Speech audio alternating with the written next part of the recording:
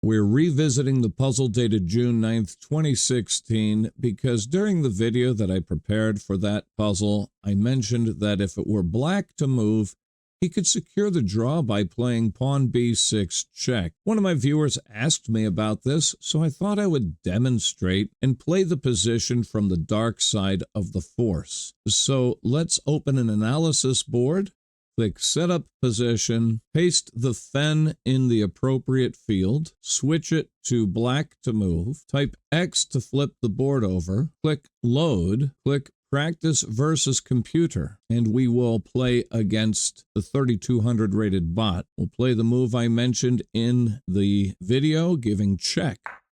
And here's the important thing to understand. When it was white to move, he was able to keep our king from coming to a4. And then he delivered checkmate with his pawn. But because it's black to move, we can cover the checkmate square with our c pawn. We weren't able to do that in the puzzle because the pawn had not moved to b6. Had you come here, he would have simply captured with his king. But now we can safely play pawn to c5.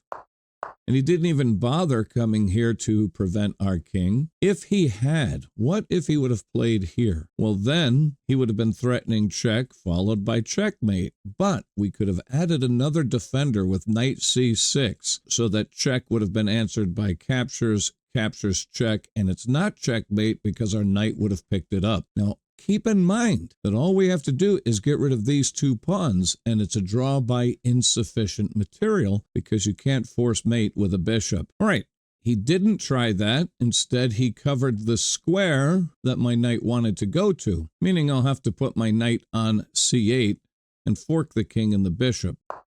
Of course, he's not going to allow that. He's now threatening check.